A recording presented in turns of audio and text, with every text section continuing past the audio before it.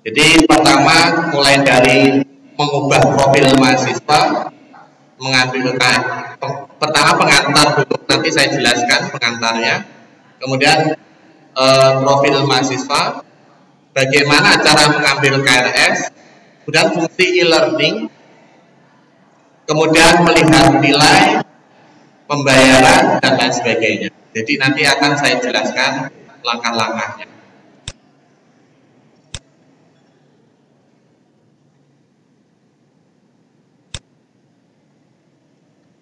Oke, mungkin saya akan sedikit menjelaskan pengantar dari e-kampus, ya. Mungkin tidak lama karena waktunya tidak lama, tidak seperti dosen kemarin dari pagi sampai sore, ya.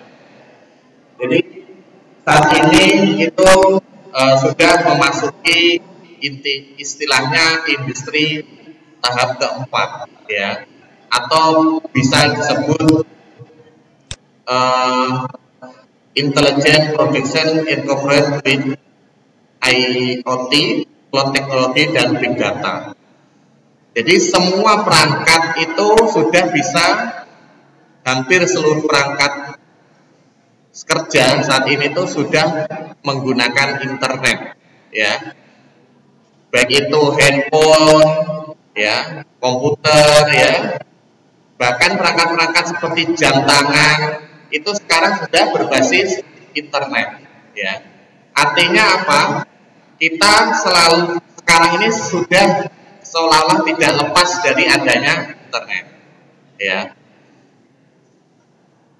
Kita yang dulunya nonton film, nonton video itu hanya di TV, sekarang sudah ada, ya. Jadi bisa nonton video, nonton film, nonton apa saja lewat internet, ya. Dan itu pun lebih mudah untuk diakses, ya.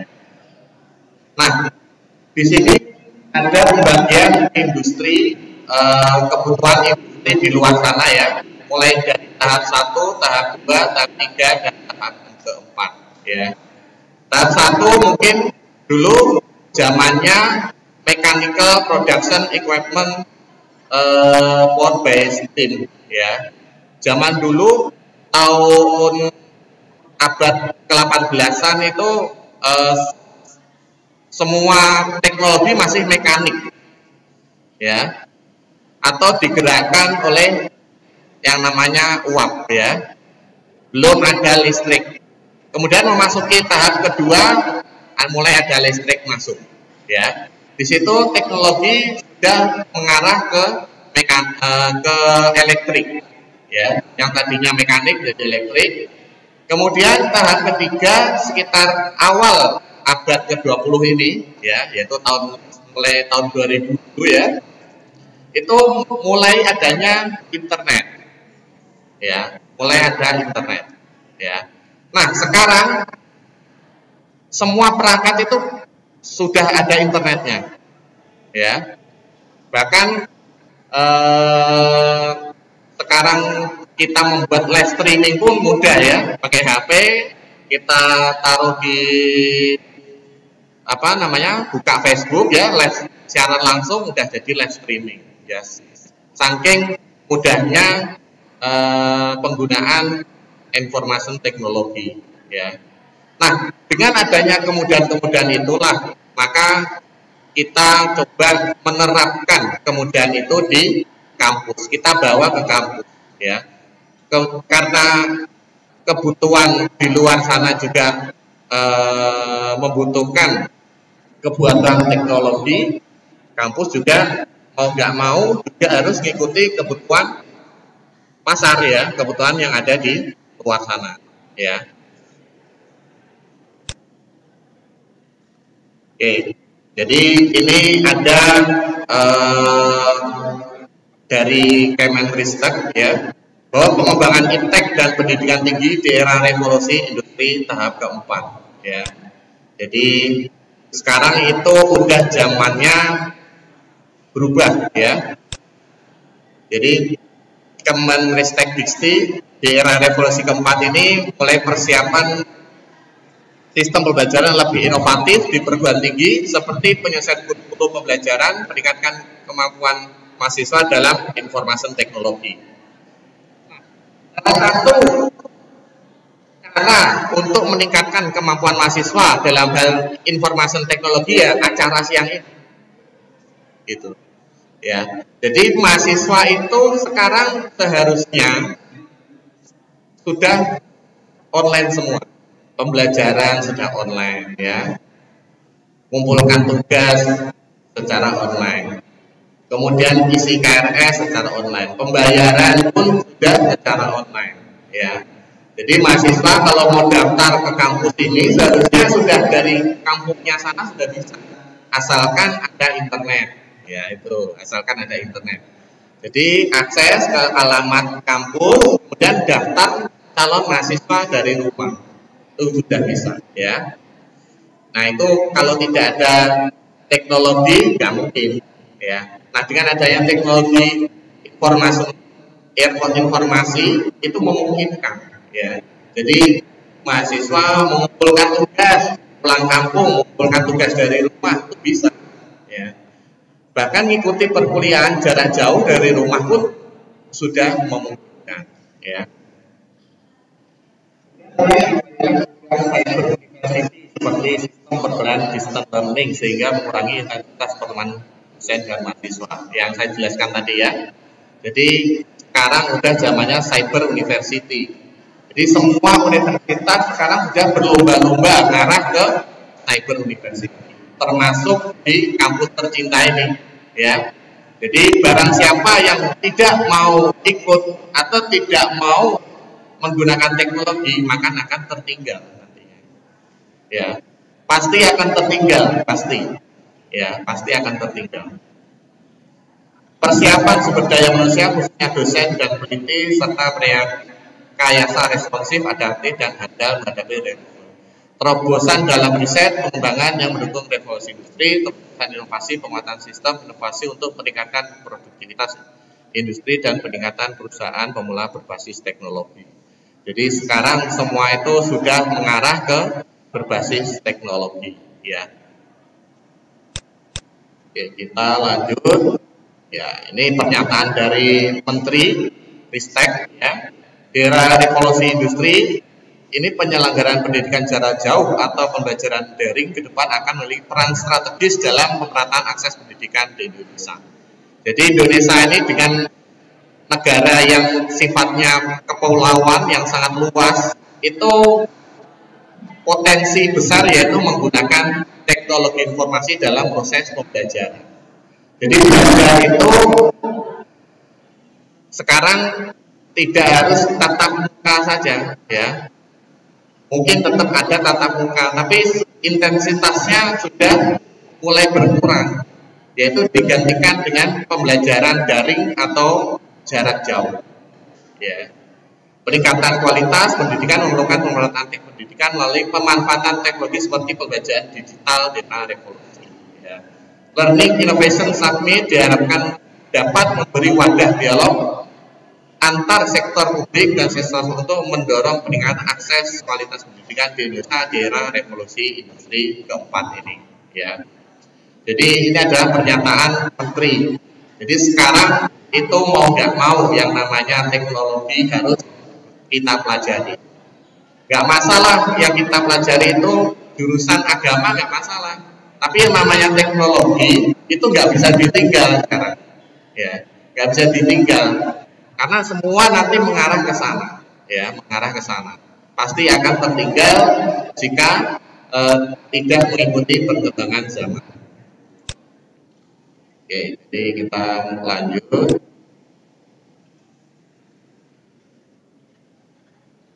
Oke. Nah, ini adalah tahapan-tahapan pendidikan. Pendidikan pertama, tahap pertama itu diartikan sebagai proses eksplorasi ilmu dasar pengetahuan sebagai tahapan awal lahirnya teknologi baru. Kemudian mulai tahap kedua mulai menghasilkan berbagai macam teknologi. Yang tahap keempat, ketiga melalui alat dihasilkan banyak memproduksi pengetahuan, dan tahap keempat dihasilkan sistem kecerdasan akan memproduksi inovasi. Jadi sekarang mungkin ada yang namanya sistem kecerdasan, ya. Jadi sekarang sistem itu bisa jadi memberikan nilai ke mahasiswa itu udah sistem, ya. Jadi dosen itu hanya sifatnya monitor saja. Jadi mahasiswa nanti yang memberikan nilai sistem. Ada yang namanya ujian online, ya. Mungkin pernah dengar komputer based test, ya. Itu yang memberikan nilai itu bukan dosen atau bukan guru atau bukan, tapi udah sistem, ya. Jadi kalau mahasiswa jawabannya salah, ya salah, gitu, ya. Jadi nggak bisa ditawar kalau sistem, ya. Nggak bisa ditawar, ini harusnya ini seperti ini. Jadi itu yang namanya sistem kecerdasan. Oke, langkah strategis pendidikan ini saya lewati aja. Oke, langsung ke apa itu e-kampus, ya. Saya akan jelaskan apa itu e-kampus.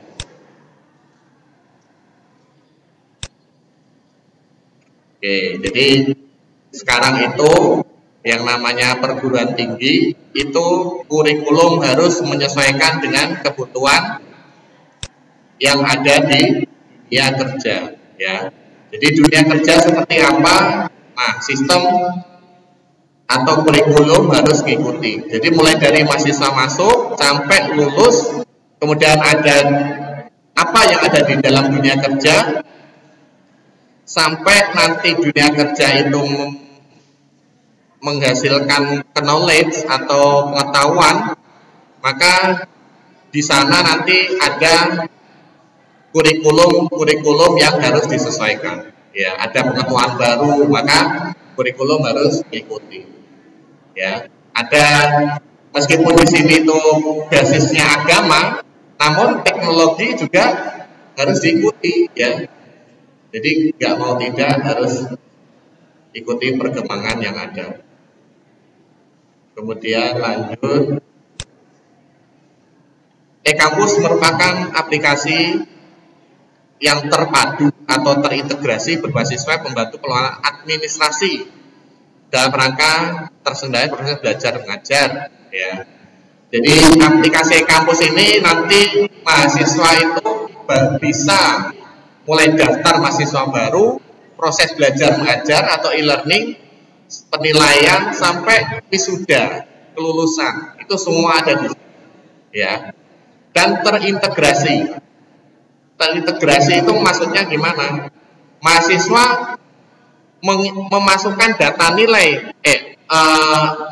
yang ada di kampus ini nanti secara otomatis juga masuk ke laporan PDDikti, gitu ya. Jadi itu namanya terintegrasi. Jadi nilai yang ada di sini otomatis juga sama dengan nilai yang ada di PDDikti.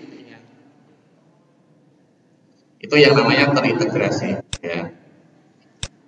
Nah, ini terintegrasi meliputi internal maupun eksternal. Kalau eksternal contohnya dengan PDDikti tadi. Kalau internal itu antar modul, contohnya antar modul perpustakaan dengan modul akademik, ya. Oke, saya lanjut aja.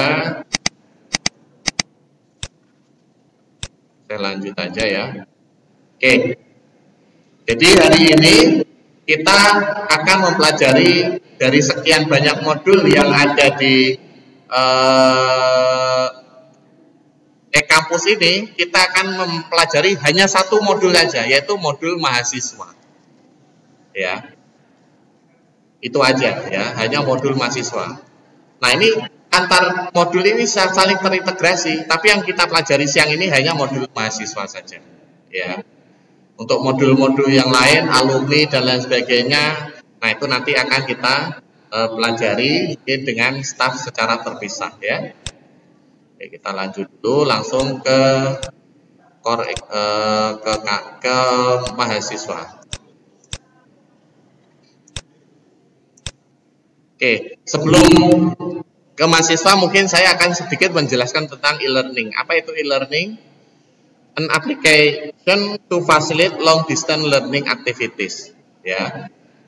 Jadi aplikasi e-learning itu istilahnya proses pembelajaran elektronik, ya.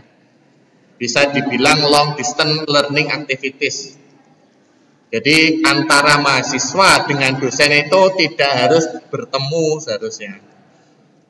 Meskipun tatap muka tetap bisa dilakukan, namun sebelum tatap muka dilakukan, dosen sudah bisa mengupload materi. Sehingga mahasiswa itu diharapkan nanti apa yang akan disampaikan dosen itu sudah belajar dulu dari rumah. Sehingga pada saat tatap muka tinggal tanya jawab ya, sudah mengerti apa yang dijelaskan oleh dosen ya. Application cover learning activities for material.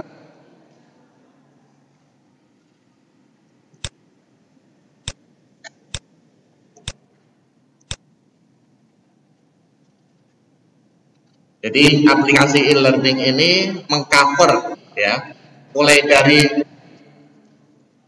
pembelajaran pengenalan, mungkin dari pertemuan pertama ya, pengenalan apa itu mata kuliah ini, penjelasannya, deskripsinya apa, capaiannya apa, sampai nanti ada tugas-tugas. Jadi untuk mahasiswa itu bisa dikasih tugas apa yang disampaikan Pak Rektor tadi ya. Dosen memberikan tugas, mahasiswa mengupload tugas, bisa seperti itu ya.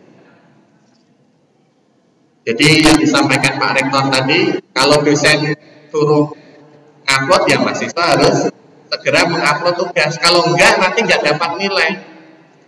Secara otomatis sistem akan membuat nilainya menjadi 0, gitu ya. Nah itu sistem kalau sudah tersistem itu makanya mahasiswa mau nggak mau harus upload tugasnya. Ya. Kemudian ada UTS, UAS, ya, tugas kelompok. Itu semua ada di e-learning, ya, ada di e-learning. Jadi mungkin yang tadinya itu kalau mau UTS pakai teks, pakai buku. Nah, dengan e-learning ini bisa dikerjakan dari rumah masing-masing sebenarnya ya. Kalau laptopnya sudah connect internet, ya, bisa mengerjakan tugas dari rumah masing-masing. Jadi pada saat pertemuan antara dosen mahasiswa itu, dosen itu sifatnya hanya memandu atau sebagai fasilitator saja, karena yang proses pembelajaran, proses apa namanya teori dan lain sebagainya sudah ada di e-learning, ya. Oke, saya lanjut aja. Oke, jadi ini sejarah e-learning mulai muncul tahun 1990-an. E-learning merupakan kegiatan belajaran memanfaatkan teknologi informasi termasuk jaringan, internet, LAN, WAN sebagai metode penyampaian interaksi sebagai layanan.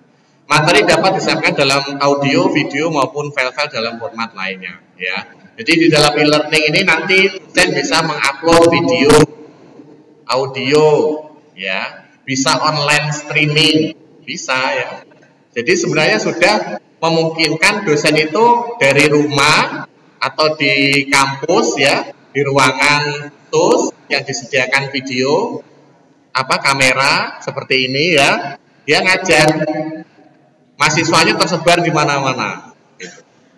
Jadi mungkin mahasiswanya ada di ruangan yang lain atau di kampung ya, bisa ya. Asalkan connect internet tadi syaratnya ya.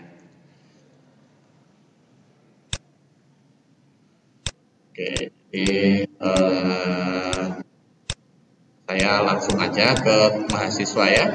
Nah, fitur modul mahasiswa ya, mulai dari biodata mahasiswa, bimbingan persetujuan akademik atau persetujuan KRS, jadwal perkuliahan mahasiswa, aktivitas perkuliahan, itu e-learning ya, mulai dari rencana pembelajaran, absensi perkuliahan, penilaian akhir atau skripsi ya. Oke, jadi saya langsung aja ke mahasiswa.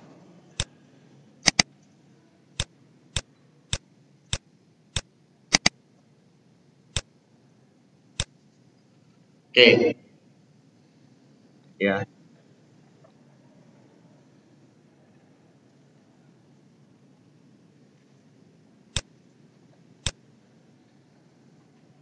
Halaman ini sudah tidak asik lagi kan ya bagi mahasiswa. Ya.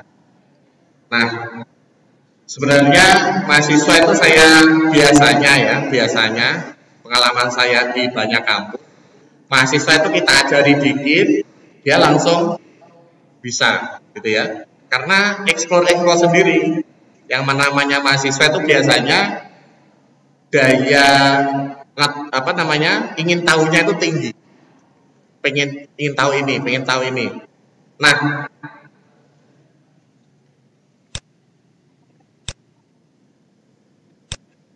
karena daya ingin tahunya tinggi, maka nanti mahasiswa coba aja langsung akses ekampus.stantp.ac.id, kemudian download bantuan.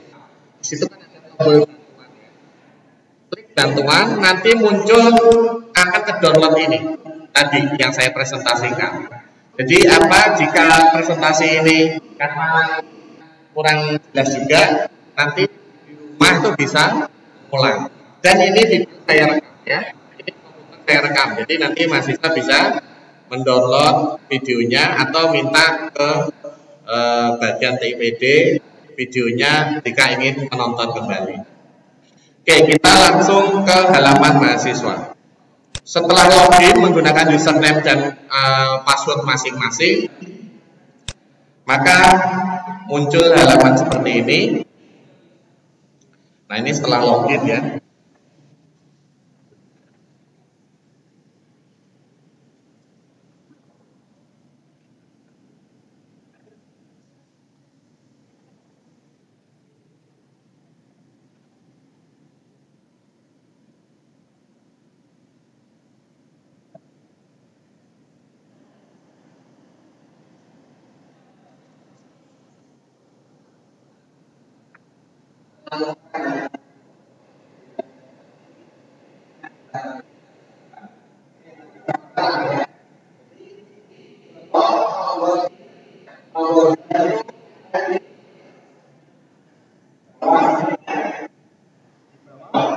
Ada bantuan, tombolnya warnanya biru ya. Tombolnya warnanya biru, ada tanda tanya. Atau di menu di atasnya tombol keluar aplikasi, di atasnya tombol keluar aplikasi itu ada namanya bantuan. Itu kalau diklik akan ngedownload presentasi ya. Oke, tolong nanti bagi mahasiswa yang hari ini nggak hadir kasih tahu cara mendownload presentasi ya. Jadi nanti biar bisa belajar sendiri. Ini saya jelaskan secara gamblang karena berupa gambar ya, jadi bukan berupa tulisan atau banyak kata-kata, tapi hanya langsung gambar, ada coret-coretannya gitu ya. Jadi lebih mudah gitu. Oke, di sini di halaman utama ada yang di atas itu namanya profil mahasiswa. Profil mahasiswa itu ada gambar foto ya. Kalau diklik itu nanti muncul profil mahasiswa.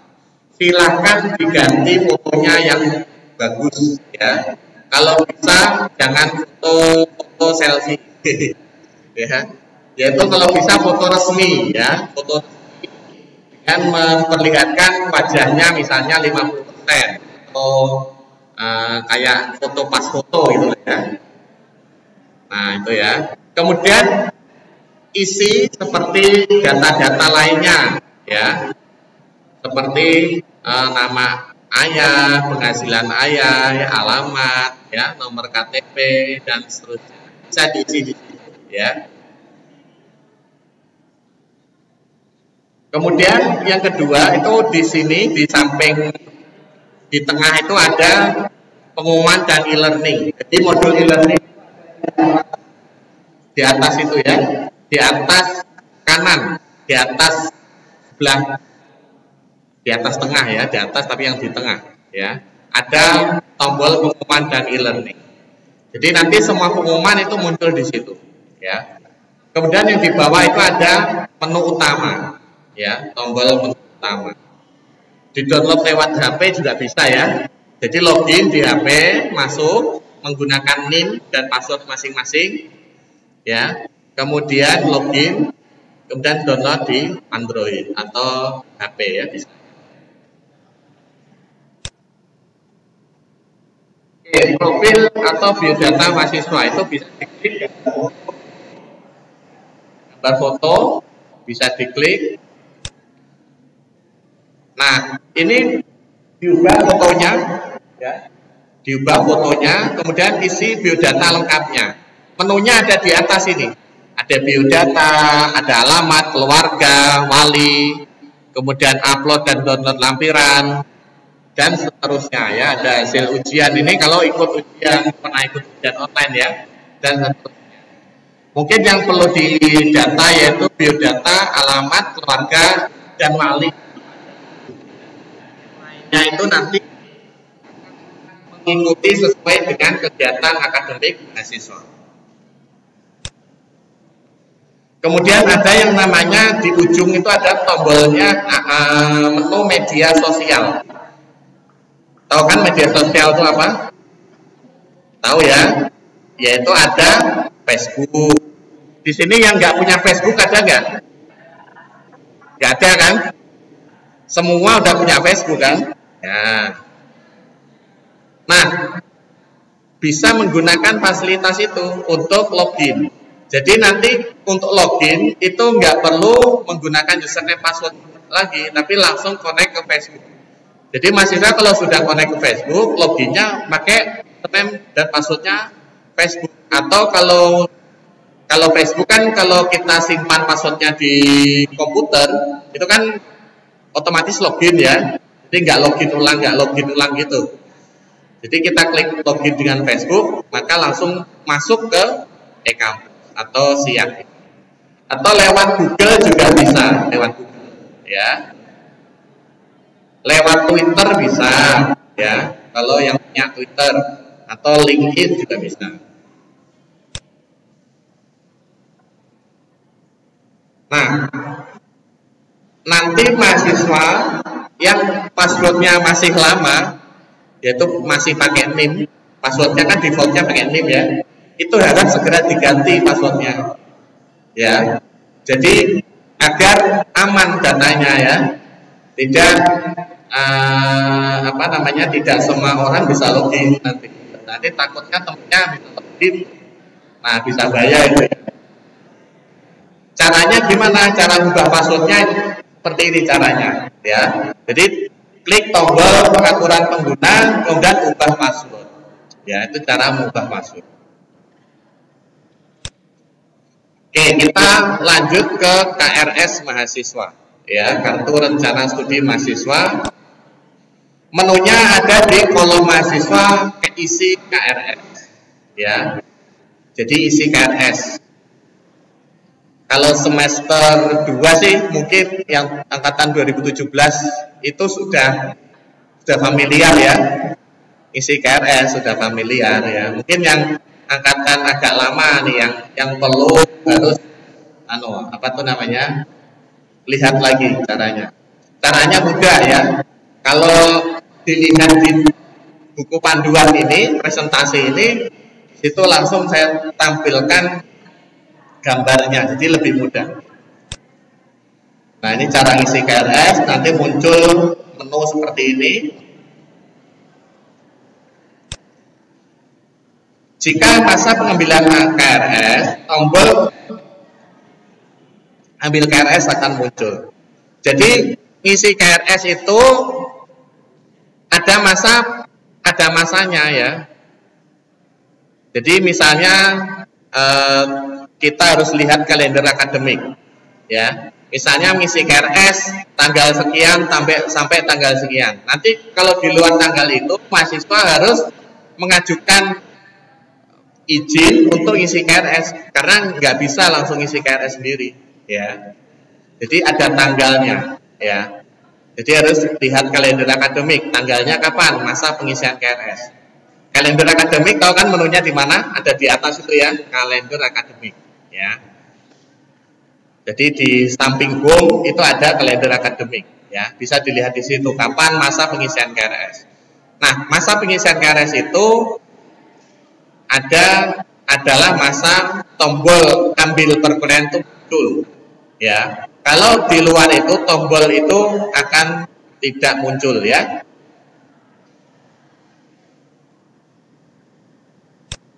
Nah, setelah kita klik tombol ambil KRS, maka kita bisa pilih mata kuliah yang ingin kita ambil. Jadi mata kuliahnya apa yang kita ambil? Contohnya seperti ini, ya. Kemudian statusnya yang tersedia, ya. Bisa juga mata kuliah itu full atau penuh, ya. Jadi mahasiswa nggak bisa ngambil. Misalnya ada dosen, karena dosennya itu favorit, misalnya ya, dia cepat penuhnya, gitu ya. Dia cepat penuhnya, makanya siapa cepat dia dapat, gitu ya. Siapa cepat dia dapat. Nah, kalau masa pengambilan KRS, maka kalau bisa segera mungkin ambil KRS ya. Jadi dosen-dosen yang favorit mungkin bisa ada di ini ya, siapa cepat dia dapat ya. Nah, ini mungkin untuk yang nggak tahu yang semester 1 mungkin paket masih ya. Kalau semester 2 dan seterusnya mungkin bisa langsung memilih dosen ya, memilih dosen.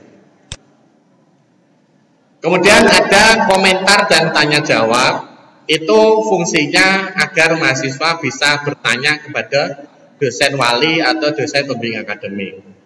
Jadi jika mahasiswa itu nggak tahu atau bingung cara ngisi KRS yang gimana, bisa ditanya ke dosen walinya ya. Caranya seperti ini caranya. Klik tombol komentar ya, nanti akan ada form komentar seperti ini. Klik simpan ya, ini untuk tanya jawab. Maka nanti pertanyaannya akan muncul di bawah KRS ya. Dan nanti jawaban dari dosen pun juga ada di sini gitu ya. Kemudian status persetujuan KRS itu ada di samping tombol kiri ya. Ada, kalau sudah disetujui dia warnanya biru. Jika belum disetujui warnanya merah. Ya, ada tombol ya dan tidak. Jadi mahasiswa itu saat ngambil rencana studi awalnya belum disetujui. Ya, nanti dari dosen pembimbing akademik itu melakukan persetujuan. Ya, jadi bisa jadi mahasiswa itu ngambil KRS-nya misalnya salah gitu ya. Misalnya semester 2 sudah ngambil skripsi, itu kan nggak boleh ya. Nah, itu ada validasi dari dosen akademik itu yang mengingatkan mahasiswa untuk membatalkan mengambil skripsi. Gitu ya.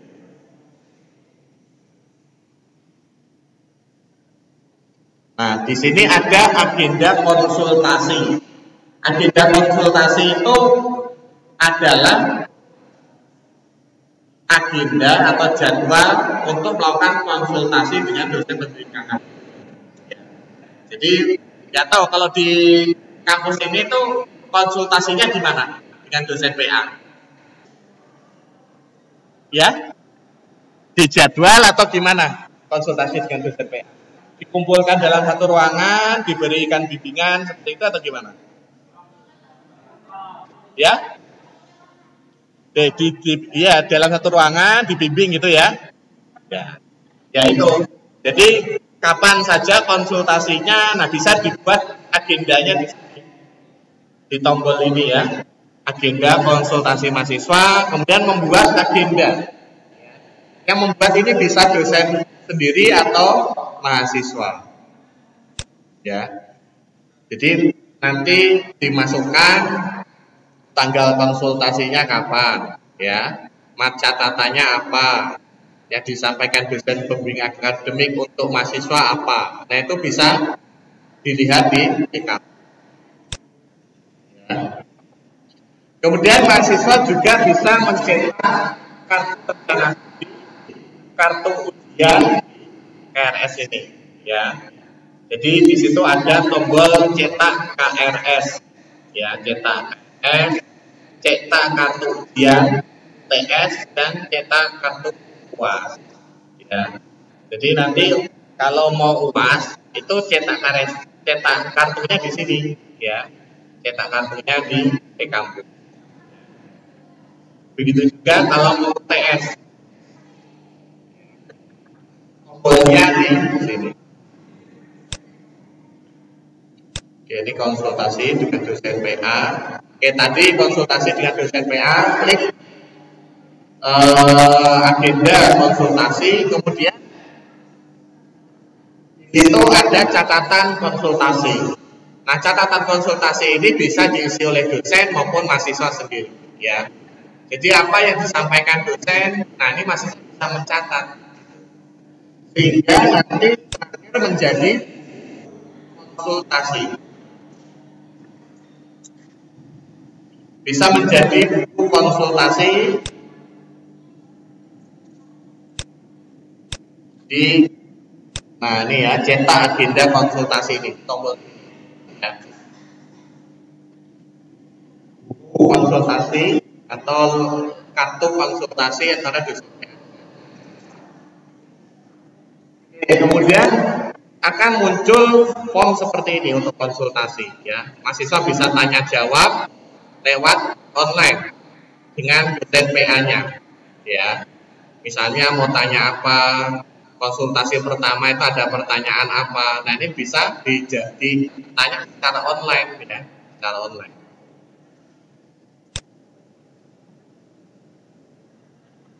Nah, ini contohnya kita tanya ke dosennya, ya. Tanya ke dosen, misalnya, Pak, saya mau konsultasi ABC nih. Dosennya bisa jawab, oke, siap, kapan, gitu ya, misalnya. Nah, nanti mahasiswa bisa mengupload apa yang ditanya, misalnya, ya. Jadi kita tanya sekaligus mengupload file itu bisa juga, ya. Nah, di sini ada namanya buku konsultasi. Nanti bisa diklik cetak agenda konsultasi, itu muncul buku konsultasi. Jadi buku konsultasi dengan dosen pembimbing akademik itu bisa dicetak secara online, ya.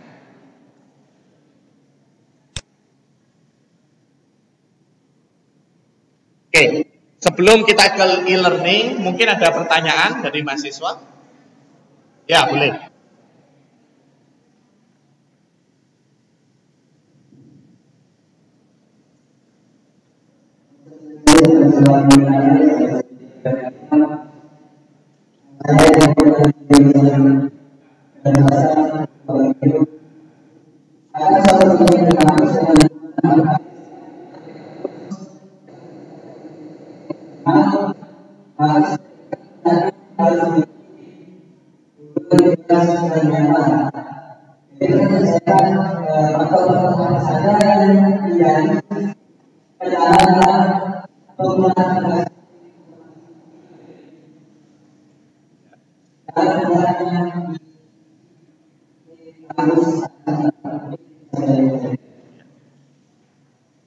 Kendala ya.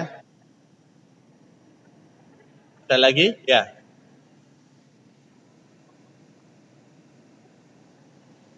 Boleh?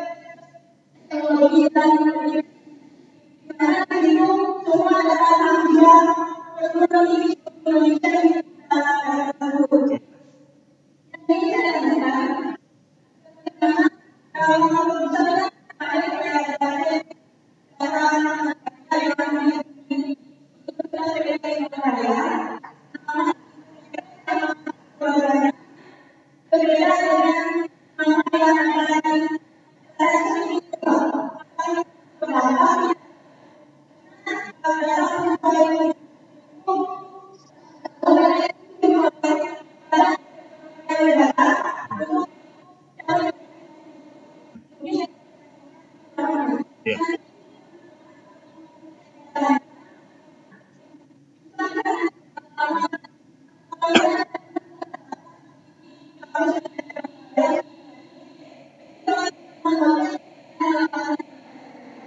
Ya.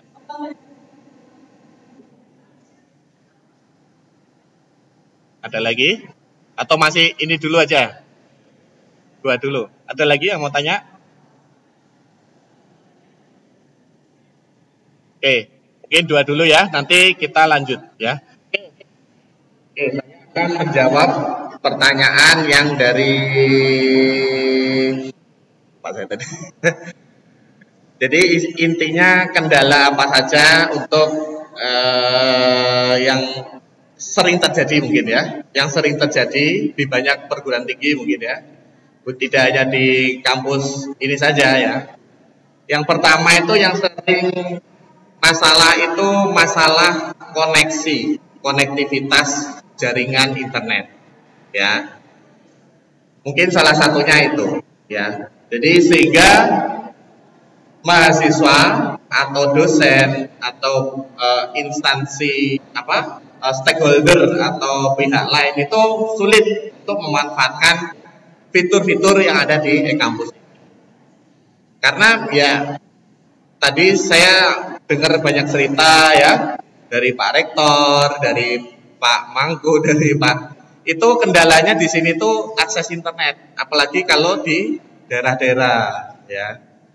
Itu koneksi internetnya masih sangat minim sekali ya. Mungkin nah ini dengan adanya pemerintahan sekarang ini yang gencarnya teknologi gitu ya, mudah-mudahan segera gitu ya, segera bisa terrealisasikan apa yang menjadi cita-cita kita bersama ya. Akses internet mudah meskipun kita di kampung ya, mudah-mudahan ya. Ya kita mudah-mudahan nanti bisa mungkin tahun atau 2 tahun lagi ya, itu bisa lebih mudah dalam mengakses internet. Kemudian kalau di lingkungan kampus sendiri itu kan sudah memang disediakan. Kemarin dari dosen itu juga ada keluhan-keluhan masalah kurang cepatnya jaringan internet di sini ya. Namun kita juga sudah memberikan solusi-solusi ya, mudah-mudahan dalam waktu dekat ini internet di sini semakin cepat ya, akses poinnya semakin banyak sehingga mahasiswa bisa mengakses dari mana saja, dari ruangan mana saja, dari gedung mana saja ya. Kalau tinggal di asrama bisa langsung akses di asrama gitu ya. Kalau tidak ya kita harus sedikit modal, misalnya harus pakai tethering ya, pakai HP sendiri, pakai data sendiri ya. Nah itu salah satu kendala yang sering kita temukan di dalam perguruan tinggi. Kemudian yang kedua biasanya kendala itu dari kurang motivasi dari pimpinan. Tapi tadi saya lihat Bapak Rektor itu memberikan motivasi yang sangat tinggi sekali gitu ya, untuk menggunakan teknologi informasi ini ya. Kita pengalaman banyak kampus itu kalau pimpinannya itu geraknya kurang cepat biasanya lama. Nah tadi saya dengar dari Pak Rektor semangatnya tinggi. Nah mari kita ikuti gitu ya.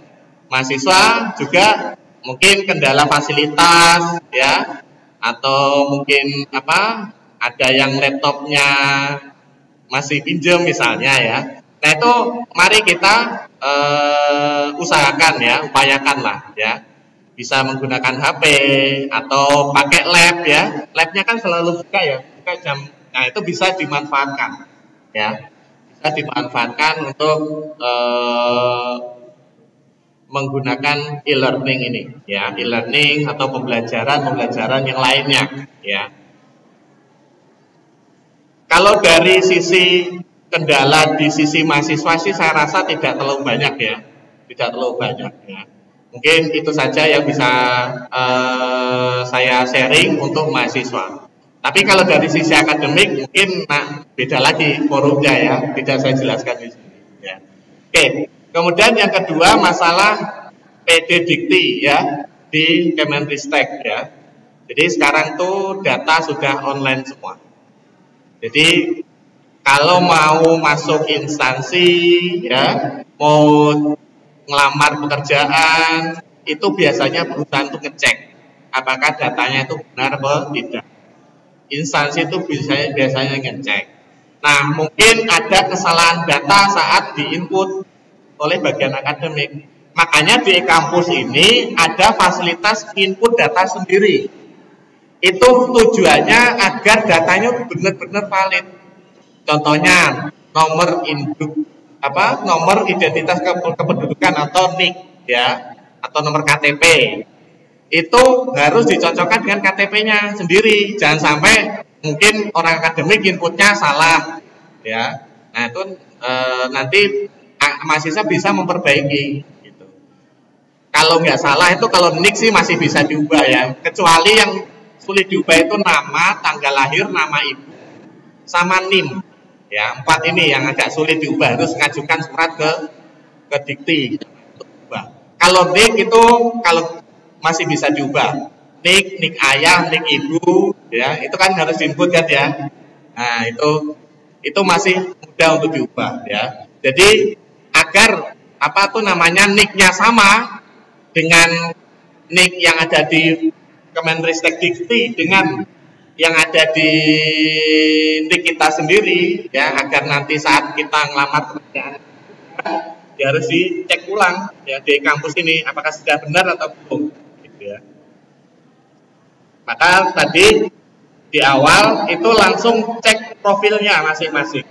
Di situ kan ada nama, alamat, tanggal lahir, ya, nomor KTP. Itu tolong dicek lagi, apakah sudah benar atau belum. Nama ibu, ya. Kemudian status, kemudian penghasilan, ayah, ibu, wali, ya. Itu tolong dilengkapi. Jadi sebelum bisa diekspor ke PD Dikti, tolong dilengkapi datanya dulu tadi ya. Oke, ada lagi? Kalau nggak ada mungkin karena waktunya ini tidak banyak, langsung saya ke e-learning ya. Ini udah hampir jam 3 aja ya. E-learning. Oke, e-learning itu menunya ada di home ya. Ada, kalau kita klik setelah login itu kan langsung masuk yang namanya home ya, atau halaman utama ya. Di situ ada tombol e-learning ya. Jika nanti dosen itu sudah mengupload materi pertemuan 1 sampai ke 16 ya. Di situ kan ada ujian, ada UTS ya, ada UAS. Nanti langsung muncul data pembelajaran tersebut. Jadi mulai dari pertemuan pertama sampai ke 16 atau ke 17 ya. Itu akan muncul semua materinya ya. Jadi mahasiswa tinggal ikut saja. Tinggal ikut perkuliahan tersebut. Menunya ada di learning, kemudian klik tombol yang sedang berlangsung. Tombol sedang berlangsung itu artinya adalah mata kuliah yang akan diajar hari ini atau hari yang akan datang, yang akan kita pelajari. Tapi di situ kalau ada kita klik tombol yang berlalu, artinya mata kuliah yang sudah diajar kemarin sampai yang paling lama, gitu ya. Jadi mata kuliah yang sudah diajar mulai dari kemarin sampai yang paling lama. Kan ada tombol berlangsung, berlalu, hari ini. Kalau kita klik hari ini, maka muncul mata kuliah yang akan kita ikuti hari ini, ya. Jadi hari ini itu mata kuliah yang akan saya pelajari apa saja sih, bisa diklik yang menu hari ini. Dan minggu ini, kalau kita klik tombol minggu ini, maka akan muncul mata kuliah yang akan kita pelajari selama 1 minggu ini. Ya, kalau kita klik bulan ini, berarti akan muncul data mata kuliah yang akan kita pelajari selama 1 bulan ini. Ya. Data ini akan muncul ketika dosen telah membuat RPS atau rencana pembelajaran 1 semester. Ya. Jadi kalau dosennya belum mengupload ya nggak muncul datanya. Ya. Jadi data ini baru muncul setelah dosen membuat atau mengupload RPS. Jadi kemarin kan kita sudah ajari caranya mulai dari A sampai Z ya untuk dosen. Nah, mudah-mudahan dengan hasil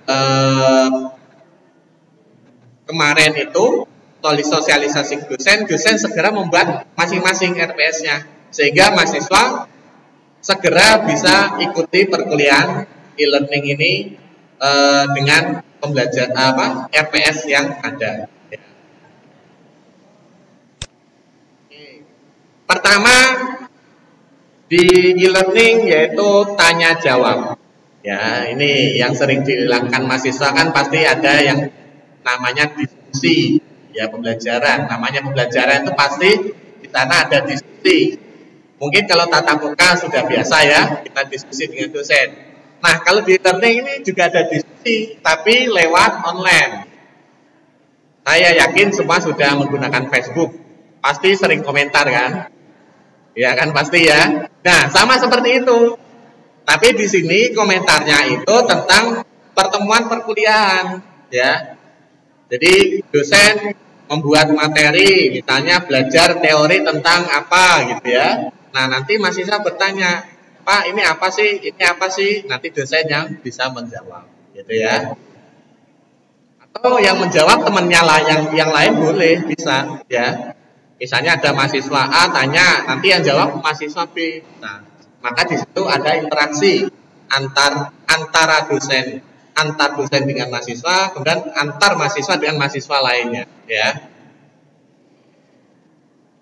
Nah, ini kalau mau komentar ada di tombolnya menunya ada di bawah sini nih ya.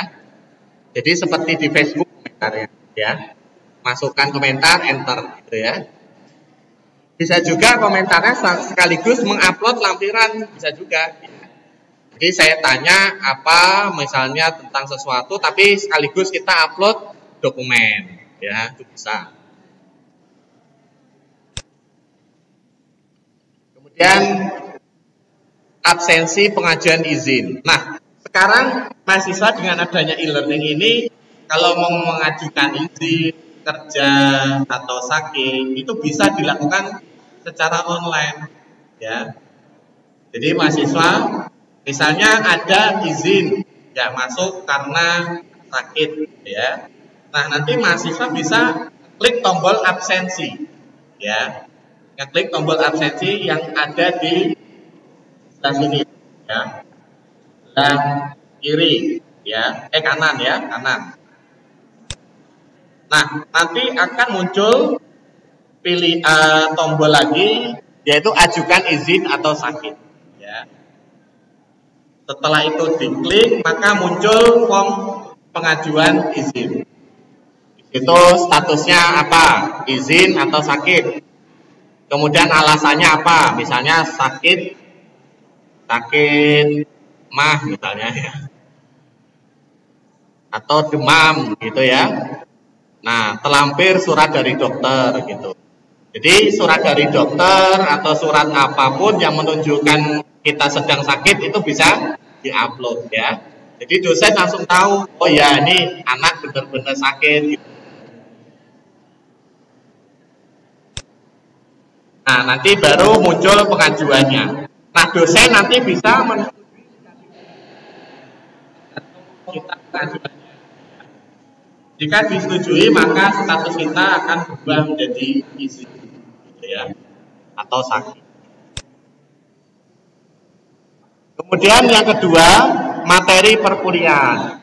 Materi perkuliahan itu bisa di-download di bahan perkuliahan.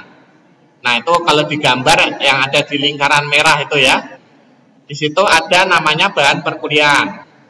Bahan perkuliahan kalau berwarna merah itu ada filenya. Kalau warnanya biru itu belum diupload sama dosennya, ya.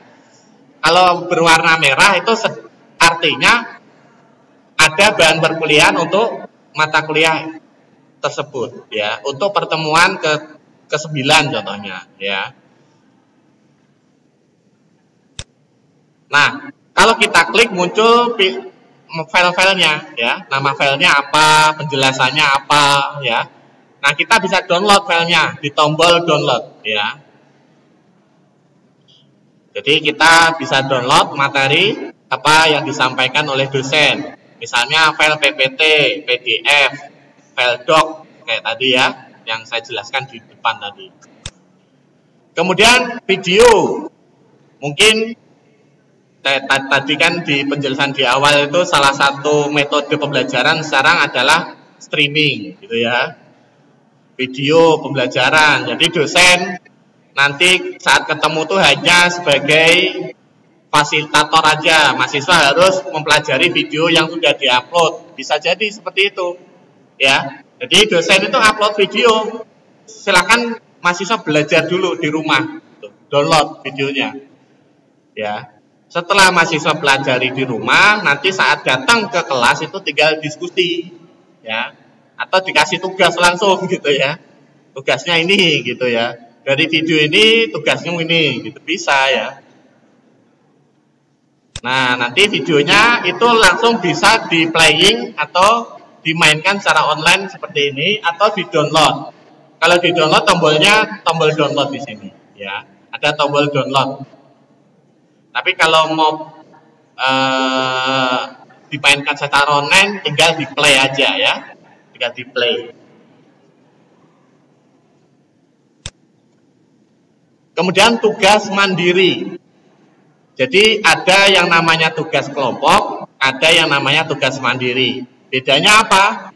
Kalau tugas mandiri itu tugas yang di assignment ke atau ditugaskan ke masing-masing mahasiswa secara mandiri ya. Jadi mahasiswa dikasih tugas, kemudian dikumpulkan sendiri-sendiri, tidak bergu atau berkelompok. Itu yang namanya tugas mandiri.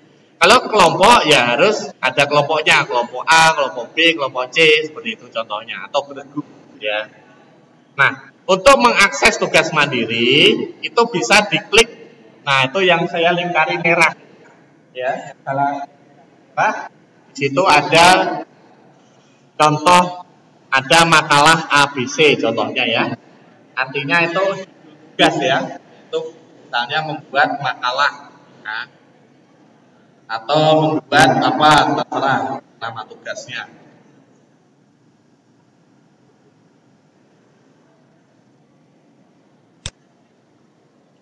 Nah, untuk mengupload tugas, untuk mengumpulkan tugas, mahasiswa bisa ngeklik tombol tugas tadi, ya.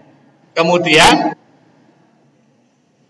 upload tugas, ada tombol upload tugas mahasiswa. Ingat, ini bisa diupload kalau tugasnya itu belum berakhir. Bisa jadi memberikan waktu deadline. Jadi misalnya tugasnya ada tugas membuat makalah tentang wisata, pariwisata untuk kebudayaan Dayak. Nah, itu mahasiswa harus mengumpulkan sebelum deadline yang ditentukan oleh dosen. Ya, kalau setelah deadline itu sudah tidak bisa lagi mengupload tugas. Ya. Jadi nanti tombol uploadnya sudah hilang. Dan bisa jadi nanti untuk tugas tersebut mahasiswa dapat nilai 0 ya, karena tidak mendapatkan nilai atau tugasnya sudah tertutup ya. Karena nilai tugas ini langsung berdampak ke nilai akhir. Ya, bisa jadi nilai tugas ini langsung berdampak ke nilai akhir. Jadi nilai tugas mandiri bisa jadi misalnya berapa persen gitu ya. Misalnya dalam satu semester itu ada 5 tugas misalnya. Masing-masing tugas mempunyai bobot 20%. Ya. Jadi kalau nggak mengumpulkan sekali ya berarti ya sudah berkurang nilainya itu ya. Sudah berkurang nilainya. Nggak mengumpulkan 2 kali berarti maksimal nilai yang bisa dicapai hanya 6 tugas nggak ngumpulkan 3 kali udah pasti tugasnya jelek ya. Nah itu mahasiswa harus pulang.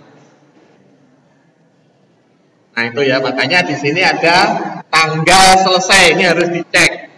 Bisa juga dosen itu tidak ada deadline, itu bisa ya. Kalau tidak ada deadline, mahasiswa bisa mengumpulkan kapan saja. Kalau tidak ada deadline, tapi kalau ada deadline itu harus diperhatikan deadline-nya ya. Jangan sampai kelewat. Kalau sudah kelewat, nanti tidak bisa lagi mengumpulkan tugas. Ujian online. Nah, ini mahasiswa bisa mengikuti ujian online. Mungkin pernah dengar istilah computer based test atau CBT ya, sekarang sudah gencar di mana-mana ya. Anak SMA ya, sekarang sudah ujiannya berbasis CBT ya. Nah, hal itu juga kita terapkan di e-kampus ini. Ya, bisa diterapkan di kampus ini. Jadi mahasiswa mengerjakan soal UTS, UAS, ya, baik itu IC, pilihan ganda, itu berbasis komputer based test. Ya. Jadi kalau ada tombol ujian yang berwarna merah itu ada ujian artinya. Ya, jadi mahasiswa harus segera ikut. Ya, kalau waktunya sudah masuk. Ya, nah. Caranya gimana? Klik tombol ujian, kemudian klik ikut ujian. Ingat, ini secara umum mahasiswa itu hanya bisa mengikuti sekali saja ujian, ya. Kecuali ada halangan, misalnya di tengah perjalanan listrik mati, misalnya. Kita minta ke dosen untuk merisetkan ujiannya, ya. Tapi kalau tidak ada halangan, jangan sampai kelewat waktu yang sudah ditentukan. Jadi ujian itu ada waktunya ya. Misalnya dikasih waktu 30 menit untuk mengerjakan ya. Nah itu kalau kelewat waktunya, soal-soal yang belum dijawab ya bisa dapat nilai 0 ya. Jadi itu bisa mengurangi nilai akhirnya. Nah setelah klik ujian maka tombolnya seperti ini, formnya ya. Di sini ada sisa waktu ya, ada sisa waktu pengerjaan. Ya ini ada waktu mundur. Ini contohnya ada tugas atau ujian yang dikasih waktunya itu 30 menit ya. Jadi ada ini sisa waktunya masih 29 lagi. Nah, itu makanya di sini bisa jadi mahasiswa itu udah nggak sempat lihat sana sini karena waktunya mepet. Bisa jadi kasih waktu cuma 10 menit aja. Nah, bisa ya. Soalnya misalnya ada 20 atau ada 50, tapi biar mahasiswa itu nggak kerjasama. Jadi waktunya kita singkatkan di 15 menit. Dan ingat di sini soalnya itu berbeda-beda antar mahasiswa satu dengan mahasiswa lainnya. Karena diacak sistemnya. Jadi bisa jadi mahasiswa dapat soalnya itu nomor satunya ini, mahasiswa lain soalnya beda lagi, jadi nggak bisa kerjasama. Ya, meskipun dalam satu ruangan, dalam satu lab ya, kerjainnya itu dalam satu bangku nggak bisa kerjasama karena setiap mahasiswa itu fokus dengan soalnya masing-masing. Berbeda sama misalnya ujian nasional yang berbasis kertas ya, itu kan soalnya sama ya, isinya sama ya, jadi bisa memungkinkan untuk kerjasama kalau tidak diawasi. Tapi kalau ujian online ini tanpa diawasi soalnya udah beda, nggak kerjasama ya. Dan ada waktunya ya. Kalau sudah berbasis sistem nggak bisa molor. Kalau ditunggu pengawas kan, Pak tolong ini kurang dikit, masih bisa ditawar. Kalau udah berbasis sistem nggak bisa ditawar. Jadi harus ikut waktunya yang sudah ditentukan. Kalau nggak mau ya dianggap 0 nilainya. Ya. Nah ini kalau kita langsung klik jadwal ujian, kita lihat bisa diklik menu ujian. Maka akan muncul jadwal ujian baik UTS maupun UAS. Klik tombol jadwal ujian maka muncul seperti ini jadwal ujian. Jadi misalnya di sini ada mata kuliah bahasa Sanskerta kapan, tanggal berapa, jam berapa. Nah ini ada jadwalnya ya, jadwal ujiannya. Kemudian di sini ada filsafat ilmu, ya. Kapan tanggalnya, waktunya kapan, ya, ruangannya di mana, ya. Itu sudah ada jadwalnya, ya.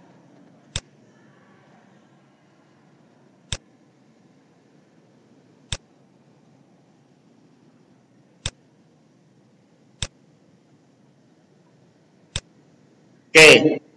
Nah, setelah tadi sudah ujian online, tugas tugas mandiri ya. Nah, sekarang ada yang namanya pengumuman perkuliahan ya.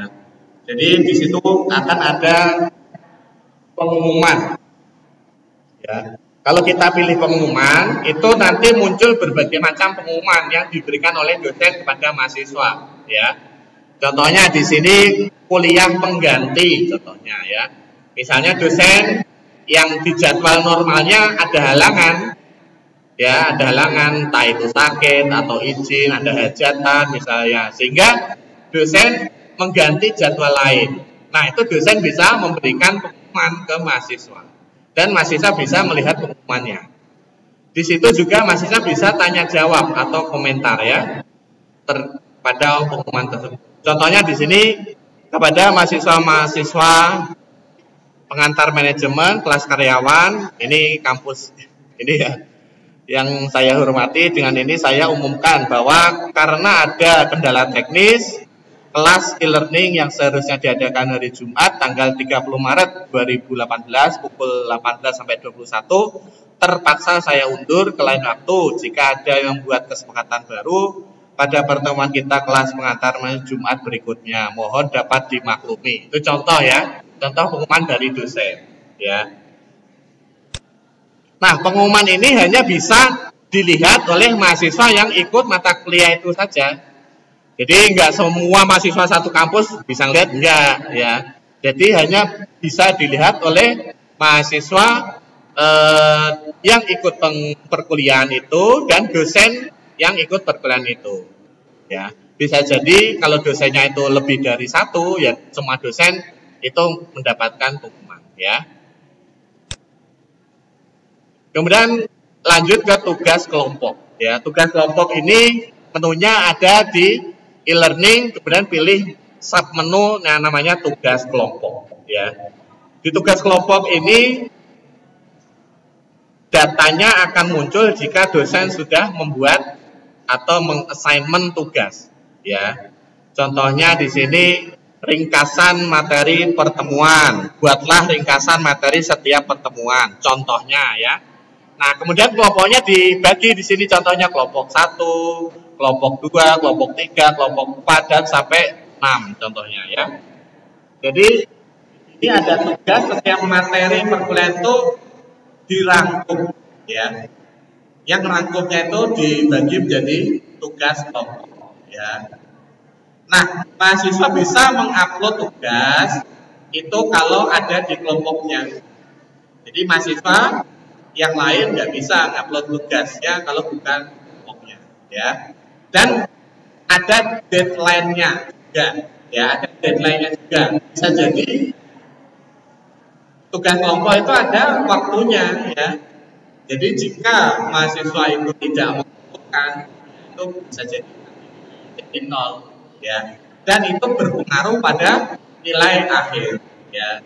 Jadi nilai akhir bisa jadi nanti terdiri 3 merupakan tugas mandiri, yang 2 itu tugas kelompok. Bisa dibuat seperti itu ya. Masing-masing nilainya 20%. Bisa dibuat seperti itu. Jadi kalau tugas kelompoknya itu terlewat waktunya, artinya sudah mengurangi tugas mandiri ya. Nilai tugas mandiri sudah. Kemudian ada lagi menu buku referensi. Buku referensi ini adalah buku-buku yang terkait dengan mata kuliah yang kita pelajari. Ya. Menunya ada di e-learning, kemudian buku referensi yang saya kasih gambar warna merah itu ya. lingkaran merah itu, di situ menunya.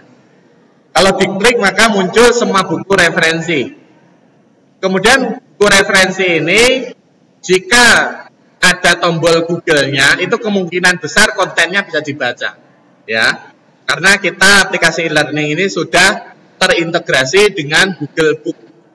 Perlu diketahui Google, ya, Google salah satu raksasa internet dunia, itu mempunyai yang namanya koleksi miliaran buku, ya, di semua negara. Di buku dari berbagai macam negara itu Google sudah punya koleksi, ya. Jadi buku-buku digital semua sudah digitalkan oleh Google, ya. Kecuali mungkin kalau buku-buku itu baru banget, ya itu biasanya belum, ya. Kalau buku-bukunya itu sudah agak lama, misalnya 3 tahun ke atas, sebenarnya ada di Google biasanya, ya. Biasanya di Google ada. Nah, kalau ada di Google, dari miliaran buku yang ada di Google bisa dimasukkan ke sini sebagai referensi. Pasti ada, ya. Pasti ada salah satu Google yang bisa dijadikan referensi di sini, pasti. Ya, mencakup ilmu pengetahuan apa saja ada, ya. Kita cari keyword apapun ada, ketemu pasti, ya. Kita cari pendidikan agama Hindu ada di sana, ya. Apa bahasa Sanskerta ada, ya. Cari buku yang benar-benar pakai bahasa Sanskerta mungkin juga ada. Jadi pengantarnya itu juga bahasa Sanskerta, mungkin ada juga, ya. Jadi yang keluarkan bukan orang Indonesia, tapi mungkin orang sana, orang ya mungkin, ya, bahasa India, gitu, ya. Bisa jadi sudah ada, sudah diupload oleh Google, ya. Jadi dari bahasa manapun sudah ada di Google. Kita cari apapun ada, ya. Nah, itulah fungsi, salah satu fungsi kita pembelajaran e-learning tuh, kita belajar itu enggak hanya sebatas buku yang ada di perpustakaan toh, enggak. Tapi bisa semua buku yang koleksi buku yang ada di dunia kita bisa pelajari. Jadi enggak hanya sebatas di perpustakaan aja, tapi bisa ke berbagai macam negara. Sekarang lanjut ke presensi atau kehadiran mahasiswa. Tadi untuk e-learningnya mungkin ada pertanyaan. Untuk e-learning ada pertanyaan nggak?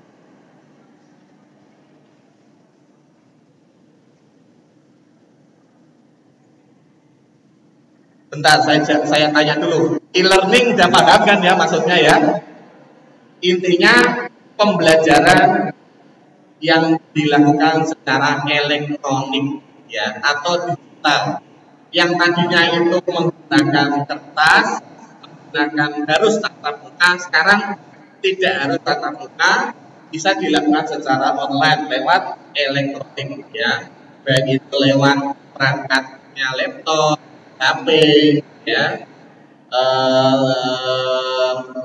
tablet, ya, kemudian dan lainnya, ya, perangkat-perangkat yang bisa diakses oleh internet. Jadi itulah e-learning, yaitu mengkonversi yang pembelajarannya itu lewat textbook, lewat harus tatap muka, ya, menjadi tidak harus tatap muka, meskipun tatap muka tetap ada, ya, tidak harus tatap muka, dan berbasis digital. Oke, e-learning, ya. Kalau tidak ada pertanyaan seputar e-learning, kita lanjut ke presensi atau kehadiran, ya. Untuk melihat presensi atau absensi kehadiran mahasiswa, itu bisa diklik menu status kehadiran. Menunya ada di kolom mahasiswa status kehadiran, ya. Jadi mungkin yang baru datang, ya, yang baru datang, materi ini bisa di-download di kampus, ya. Jadi nanti materi ini langsung bisa di-download di e-learning. Caranya gimana? Masuk atau login ke e-kampus.sta.tp atau nanti berubah jadi iantp.ac.id. Setelah login itu klik tombol bantuan. Kalau itu diklik akan muncul presentasi yang saya presentasikan, ya. Jadi maka nanti segera download. Kalau sudah di-download, tolong di-sharing ke temannya, ya, di-sharing ke temannya. Lanjut ke kehadiran mahasiswa. Menunya ada di sini. Kemudian kalau kita klik muncul mata kuliah yang kita ikuti. Contohnya di sini mata kuliah yang diikuti acara agama Hindu, sosiologi pendidikan, sejarah agama Hindu dan seterusnya. Ya, maka kan. Kemudian cara untuk melihat kehadirannya gimana? Dengan klik tombol detailnya ini, ya. Maka muncul status kehadiran, kita masuk atau tidak, ya, izin, sakit, semua ada di sini, ya, ada di setiap materi pertemuan, ya. Kemudian, nah ini caranya, cara bukanya, ya. Kemudian di setiap pertemuan tuh materinya apa saja sih? Mungkin ada video, ada audio, ada file, ada diskusi. Nah, semua itu bisa diakses menggunakan menu ini, ya, yang saya kasih lingkaran merah itu, ya. Kemudian ada yang namanya rekapitulasi absensi mahasiswa. Ini untuk mengetahui berapa kali mahasiswa itu sakit, berapa kali mahasiswa itu masuk, ya, atau hadir, ya, berapa kali mahasiswa itu alpa, izin, ya. Itu muncul di sini, ya. Jadi berapa kali mahasiswa itu nggak masuk, itu langsung muncul, ya. Itu ada di menu rekapitulasi absensi atau presensi kehadiran mahasiswa.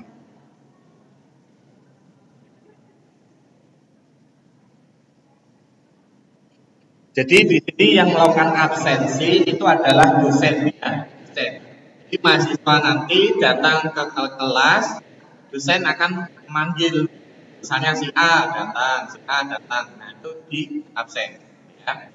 Bisa juga mahasiswa bawa laptop datang masuk ke kelas, absensi bisa, tapi harus di jam itu, di jam yang sudah ditentukan itu tadi. Di luar waktu itu sudah nggak bisa, ya. Dan bisa hanya mengabsenkan dirinya sendiri aja, ya. Jadi nggak bisa ngabsenkan punyanya teman, gitu, ya. Kecuali memang yaitu tadi, ya, passwordnya dikasih, itu bisa jadi seperti itu, ya. Makanya nanti mungkin lebih amannya sih pakai fingerprint nantinya, ya, mungkin, ya, pakai fingerprint untuk tidak bisa lagi mahasiswa itu titip absen.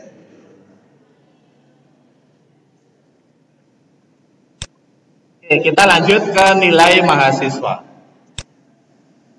Menunya ada di kolom mahasiswa, kemudian penilaian. Maka di sini muncul semester 1, 2, 3 dan seterusnya, ya.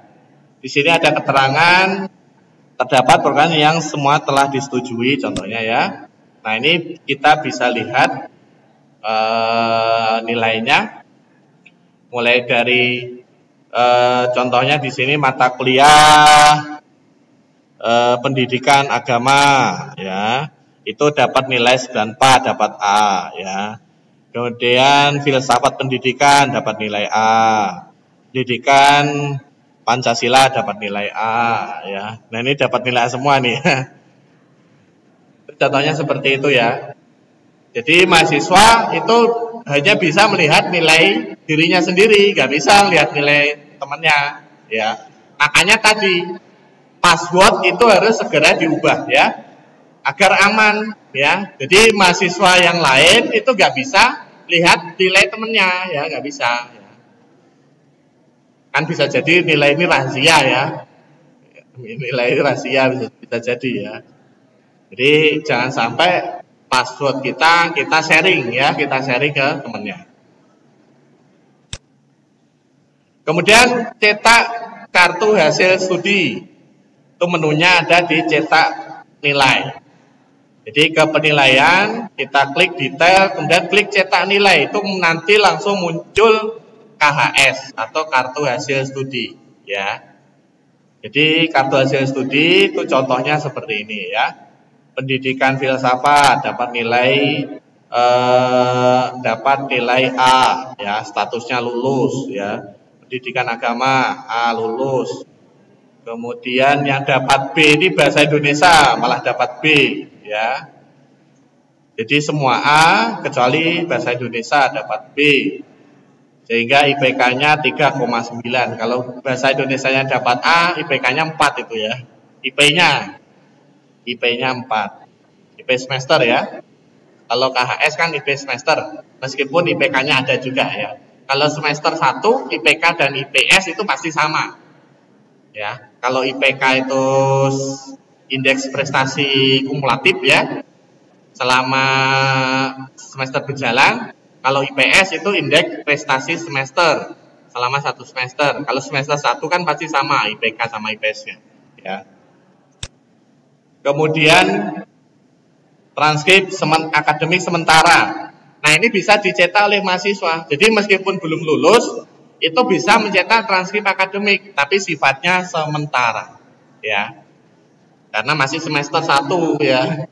Bisa jadi nanti sudah semester 8 bisa dicetak transkrip akademiknya, tapi ya tetap masih sementara ya. Bisa jadi masih ada mata kuliah yang mengulang ya. Kemudian kurikulum dan kalender perkuliahan. Nah, kurikulum menunya ada di kolom mahasiswa, kemudian kurikulum perkuliahan ya. Pertama kalender perkuliahan dulu. Kalau kita klik menu kalender perkuliahan, maka muncul data mata kuliah yang diikuti selama 1 semester. Di situ kan ada warnanya merah-merah kotak-kotak itu ya. Kotak-kotak merah itu adalah jadwal. Kemudian di situ ada hari, mulai dari Minggu, Senin, Selasa, Rabu, dan seterusnya.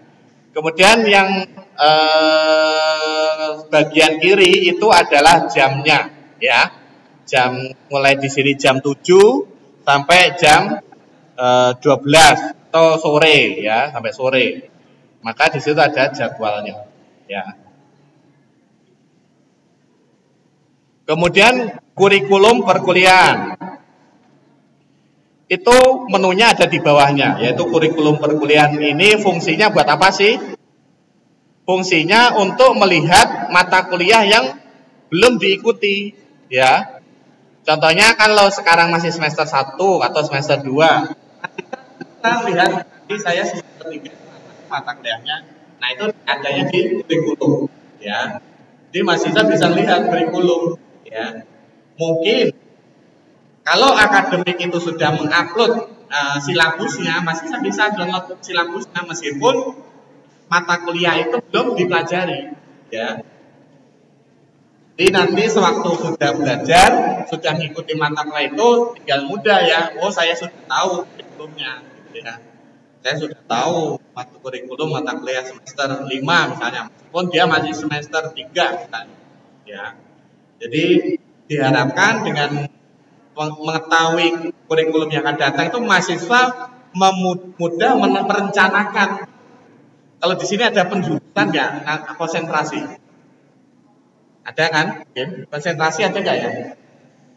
Penjurusan. Jadi saya konsentrasinya lebih kemana?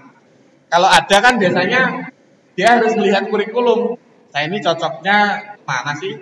Apakah kalau di teknik informatika ya? Kalau di teknik informatika itu kan ada saya cocoknya itu ke jaringan atau ke pemrograman atau ke multimedia atau ke yang lain. Nah itu bisa dilihat kurikulum berdasarkan kemampuannya sendiri-sendiri ya. Kayaknya cocoknya itu saya itu di pemrograman kayaknya. Makanya di sini dia bisa melihat kurikulum. Gitu ya.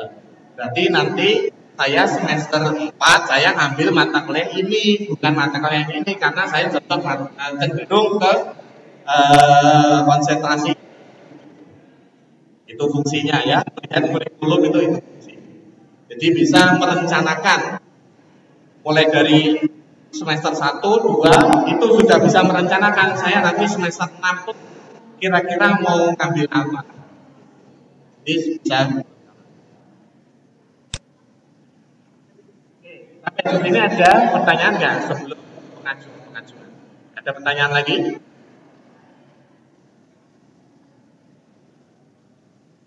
Ya, silakan.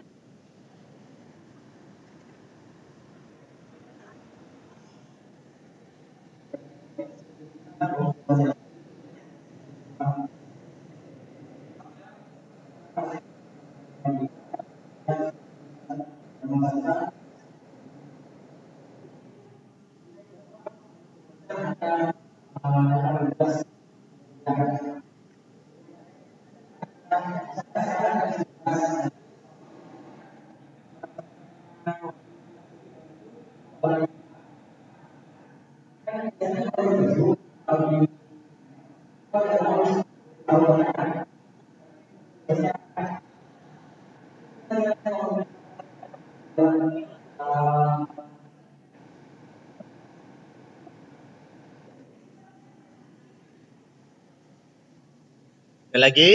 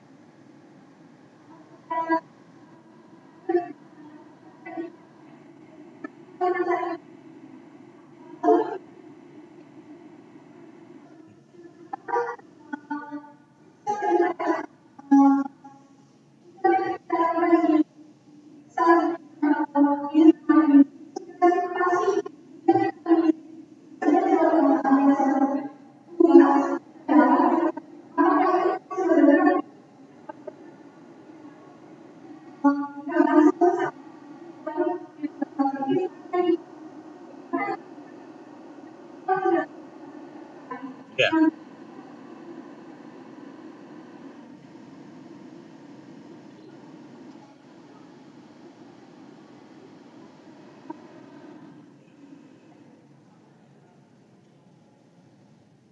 Ada lagi? Ada lagi.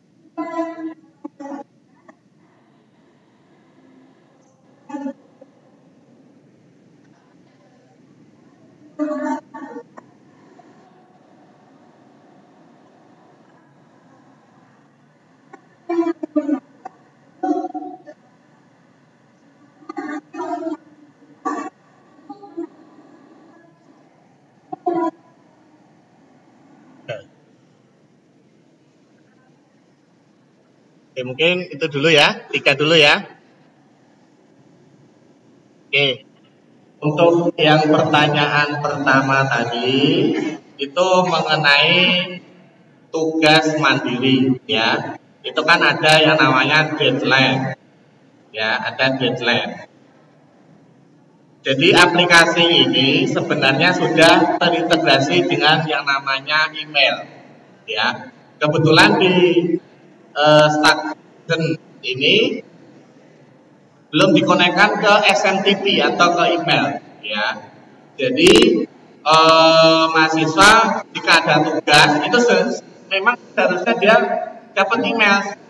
Ya, jika input alamat emailnya itu benar di profilnya tadi. Ya, kan di situ ada mahasiswa kan harus melengkapi email ya di profil itu ya. Di situ emailnya harus benar ya. Kalau nggak benar nanti secara valid.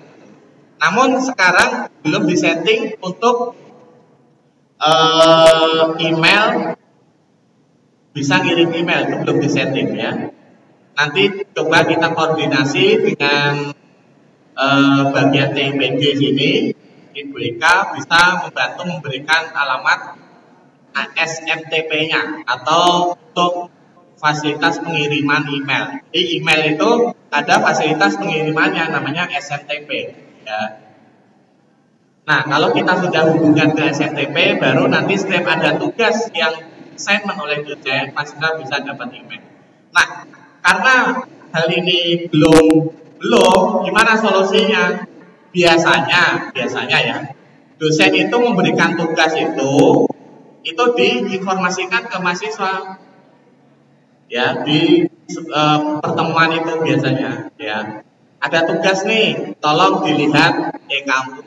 Nah, mahasiswa bisa langsung lihat, login ke e-kampus, buka menu e-learning, di situ langsung ada warna tulisan yang berwarna merah. Itu artinya ada tugas, ya.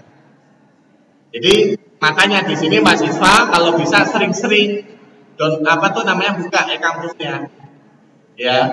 Langsung di situ ada tombol berwarna merah, di home, kemudian di e-learning, ya, di home kemudian di e-learning. Jadi bisa dilihat di tutorial tadi itu cara melihat tugas gimana, ya. Bisa dilihat itu. Itu ada tombol berwarna merah yang bisa langsung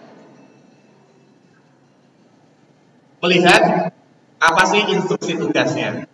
Kemudian jangan lupa dilihat tanggal deadline-nya atau tanggal selesainya. Kalau dosen itu mengassignment tidak ada tanggal deadline, artinya bebas, mahasiswa bisa mengumpulkan kapan aja. Tapi kalau dosen itu memberikan batas waktu tertentu, nah ini juga tolong dikabarkan ke temannya, ya. Nih ada tugas, deadline-nya sekian, kamu harus buka e-kampus, ya. Nah, itu ya. Biasanya kan kalau kita ngumpul-ngumpul mahasiswa kan pasti cerita-cerita seperti itu ya, ada tugas, ada ini ya. Pasti ya. Itu.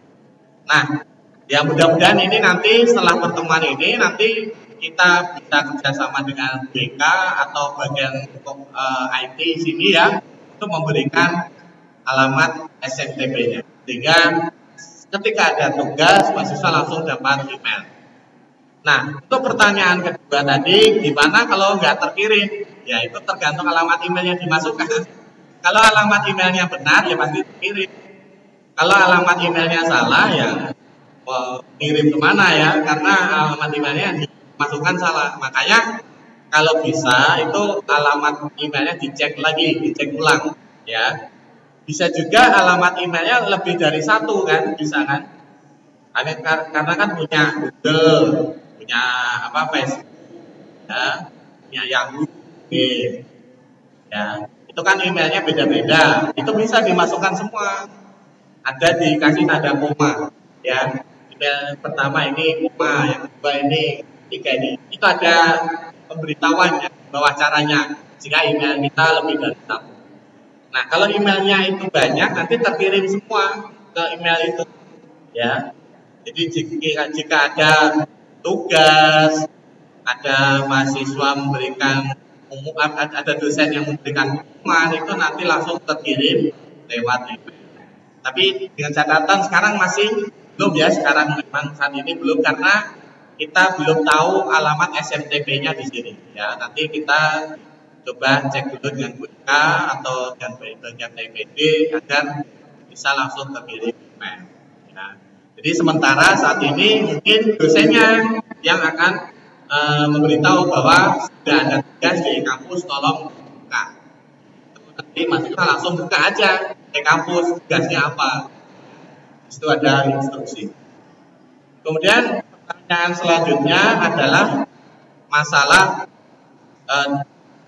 angkatan lama, ya, angkatan lama yang datanya mungkin sebagian belum masuk, ya. Kalau saya cek sih sebenarnya datanya mahasiswa udah masuk, tapi mungkin belum lengkap gitu ya, mungkin ya.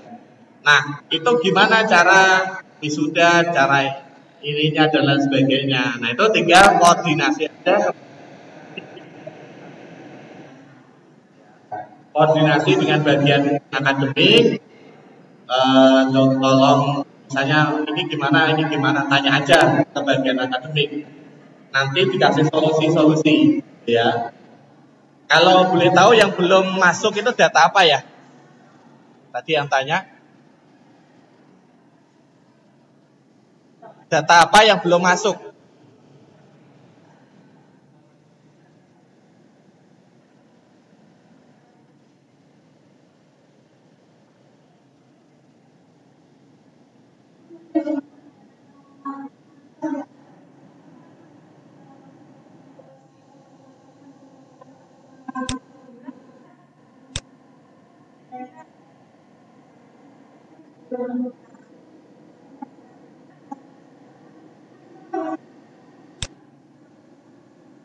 Ya, namanya siapa? Coba saya cek. Tahun 2015 ya, angkatan 2015. Siapa tadi namanya, lupa?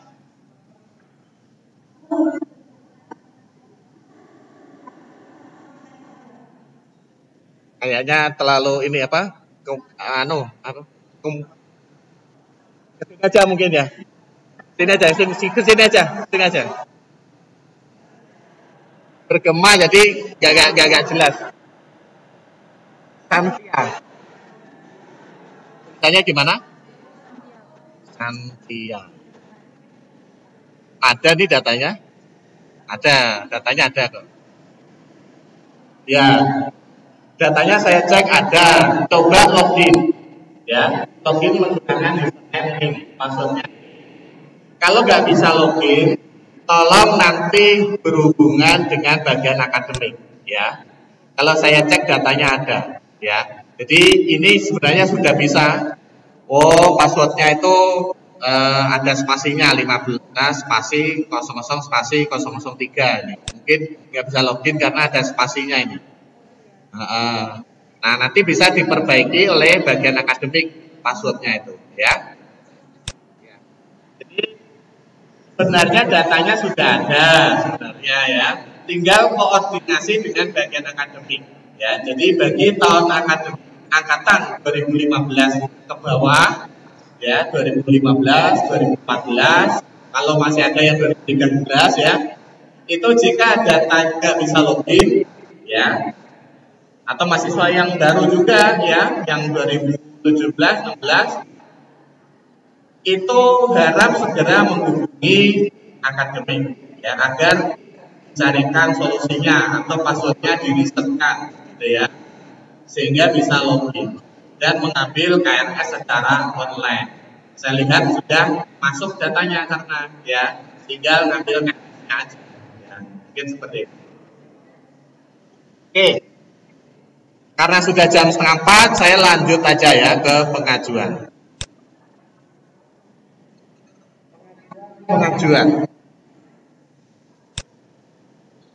Yang pertama adalah pengajuan beasiswa. Di sistem e-kampus ini, sistem memungkinkan mahasiswa itu mengajukan beasiswa secara online. Jadi prosesnya akademik atau pusat itu membuat beasiswa dulu. Beasiswa apa? Misalnya beasiswa tahun 2018 misalnya, ya. Nanti bagian akademik menentukan syarat-syaratnya. Misalnya syaratnya harus IPK harus sekian misalnya, ya. Kemudian SKS yang diambil harus sekian. Kemudian tidak ada nilai D misalnya, syaratnya, ya, misalnya. Kemudian bla bla bla lah, pokoknya ada syarat. Misalnya harus mengupload apa? Upload rumah tampak depan, tampak samping, tampak belakang, gitu ya. Contohnya seperti itu, ya. Bisa nanti. Nah, mahasiswa itu saat mengajukan nanti harus melengkapi syarat-syarat itu, ya. Kalau upload apa, ya harus diupload, gitu. Kemudian nanti bagian akademik akan menseleksi siapa saja yang akan diterima untuk beasiswa. Setelah diterima, berarti proses beasiswa selesai, ya, sudah dapat beasiswa. Itu adalah proses pengajuan beasiswa, ya. Kemudian ada yang namanya pengajuan KKN, ya. Ini juga harus akademik dulu yang menentukan, membuat rencana KKN 2018. Nah, nanti jika akademik itu membuka pendaftaran KKN, maka mahasiswa bisa mengajukan untuk mengikuti kegiatan KKN. Sama seperti beasiswa tadi, ya, harus ada syarat-syaratnya, ya. Kalau syaratnya misalnya KKN harus ngambil berapa SKS, ya, SKS-nya berapa SKS sudah harus terpenuhi, atau harus mengambil mata kuliah KKN terlebih dahulu, ya. misalnya, atau harus mengikuti syarat-syarat tertentu yang harus kita upload, bisa. Misalnya harus dapat persetujuan dari kepala desa tempat kita KKN, contohnya ya. Harus mendapatkan pembimbing di sana, di tempat KKN-nya. Pembimbing apa tuh, dosen luar ya istilahnya ya, dosen yang ada di tempat KKN misalnya. Dan seterusnya lah ya. Itu syarat-syarat itu bisa menjadi disyaratkan oleh akademik.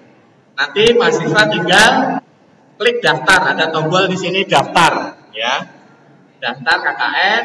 Nah, kemudian mengisi syarat-syaratnya tadi, mengupload ya. Setelah itu nanti ada proses seleksinya. Kemudian masuk di kelompok mana, ya itu yang menentukan bisa akademik atau mahasiswa bisa pilih. Saya ikut kelompok ini, saya ikut kelompok ini, tapi ada kuotanya biasanya. Misalnya suatu kelompok KKN itu kuotanya maksimal, kalau di sini berapa ya, berapa orang ya satu kelompok KKN? Ya, 10. Nah, ada 10. Jadi kalau lewat ke 10 udah nggak bisa, udah penuh ya. Harus cari kelompok lain. Gitu. Bisa dibuat seperti itu ya. Jadi nanti akademik yang membuat rencana KKN-nya. Kemudian ada yang namanya PKL. PKL kan juga ada ya. Sama, mirip-mirip seperti KKN. Mahasiswa bisa ngajukan PKL, kemudian memasukkan syarat-syaratnya. Dan yang terakhir menentukan kelompoknya. Kelompok juga ada kuotanya, maksimal misalnya 10 tadi. Ya. Jadi kalau udah penuh ya harus cari kelompok lain. Ya, untuk pengajuan cuti. Menunya ada di bawahnya lagi. Mahasiswa kalau mau cuti ya atau karena alasan apapun, kerja atau apa, itu bisa mengajukan cuti. Ya. Misalnya saya cuti semester berapa, itu ada pilihannya. Alasan cutinya apa? Nah, ketika klik CIPA nanti akan keluar surat pengajuan cuti. Nah, biasanya surat pengajuan cuti itu ditandatangani oleh orang tua ya, dan persetujuan dosen akademik misalnya ya. Tapi nggak tahu di IAH ini gimana? Bisa disesuaikan nanti. Biasanya sih kalau di perguruan tinggi seperti itu ya, persetujuan orang tua, persetujuan akademik, persetujuan Kapolri misalnya, atau persetujuan kepala jurusan ya. Nah, nanti bisa disesuaikan. Kemudian nah ini formnya seperti ini ya. Contohnya mahasiswa tahun akademik semester 1, ya mungkin kalau semester 1 langsung cuti ya. Misalnya semesternya ini bisa dipilih, saya cuti semester 3 misalnya. Nah itu bisa ya. Alasan kerja gitu misalnya. Atau alasan kalau bagi yang ibu-ibu mungkin yang S2 ya pasca alasan melahirkan gitu ya. Bisa cuti gitu ya. Nah, kemudian pengajuan proposal skripsi. Proposal apapun, mata kuliah apapun yang ada proposalnya bisa diajukan di sini. Ya. Di sini kan selain skripsi ada mata kuliah lain yang ada pengajuannya, ada proses bimbingannya ya. Contohnya yang apa Pak kemarin Pak, yang mata kuliah pengajaran. Ngajar di praktek pengajaran ya. Nah itu praktek mengajar itu kan juga ada bimbingannya ya, ada pembimbingnya, ada pengujinya mungkin ya. Nah itu juga mengajukannya di sini menu yang sama ya. Nanti bedanya kalau skripsi yang milihnya jangan proposal skripsi tapi proposal pengajuan mata kuliah apa tadi pengajaran ya, pilihnya yang itu ya. Baru nanti mahasiswa nanti ada proses persetujuannya ya, persetujuannya. Kalau sudah disetujui baru nanti mahasiswa ada proses bimbingannya, pertemuan pertama, kedua, ketiga, bukan pertemuan ya, kegiatan mungkin. Kalau praktek mengajar itu kan pasti ada kegiatan ya di tempat ngajarnya itu ya. Ya itu bisa dicatat di sini. Ya, dicatat di kampus ini ya. Jadi nanti dosen pembimbing itu langsung tahu apa sih kegiatannya. Ini mahasiswa di praktek ya. Nanti terakhir dosen bisa memberikan nilai. Jadi nilai itu ada komponen penilaiannya ya. Baik itu dosen yang ada di kampus ini maupun dosen yang di lapangan. Di lapangan itu dosen yang luar ya. Artinya bukan dosen, istilahnya bukan dosen, istilahnya apa ya? Pembimbing lah ya, pembimbing di luar ya. Nah ini kalau pengajuan proposal skripsi seperti ini ya. Kemudian pengajuan skripsi punya ada di lebih bawah lagi, itu di kelulusan dan wisuda ya. Pengajuan sidang skripsi ini kalau mahasiswa sudah pengajuan proposal tadi ya, proposal skripsi baru bisa mengajukan sidang dan setelah mengambil KRS skripsi ya. Jadi kalau belum ngambil KRS skripsi bisa mengajukan. Untuk bisa ngambil KRS skripsi kan harus semester tertentu, misalnya semester 8 ya. Kalau S1, kalau pasca sarjana mungkin semester 4 ya. Kalau D3 mungkin semester 6 ya, dan seterusnya.